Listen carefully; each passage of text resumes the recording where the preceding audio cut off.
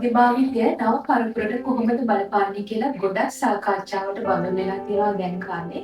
ඇත්තටම දරුවන්ගේ අනාගතය තමයි අපේ රටේ අනාගතය තීරණය කරන්නේ. පවුලේ සමාජිකයෝ වෙන්න පුළුවන්. එහෙමත් නැත්නම් දරුවා හැදෙන ඇට්මොස්ෆියර් එක. එයාගේ යහපත් මානසිකත්වයට බලපානවා. අද වෙන විට දරුවෝ ස්මාර්ට්ෆෝන් පාවිච්චි කරන්න පටන් අරගෙන තියෙනවා. දැන් දරුවන්ට මානසික ගැටලු වලට පිළියම් හොයාගන්න ක්‍රමවේද නැති මට්ටමක් පවතිනවා. ඇත්තටම දරුවෙක්ගේ මනස සමාන කරන්නේ ස්පොන්ජියකට. පිළිසිඳගත්ත වයසේ ඉඳලා අවුරුදු 5 මොලේ 90ක් වගේ විශාල ප්‍රමාණයේ වර්ධනයක් සිදු වෙන්නේ මේ කාලය ඇතුළත. ගොඩක් වෙලාවට දැන් දකින්න සියද විහාරි කරගෙන වැඩි අවුරුදු 14 15 16 වගේ ඉතාමත්ම පොඩි වයස්වල. එතකොට මේ දේවල් සිද්ධ වෙලා තියෙන වැඩිපුරම මේ තාක්ෂණයට විවෘත වීමත් සමගයි.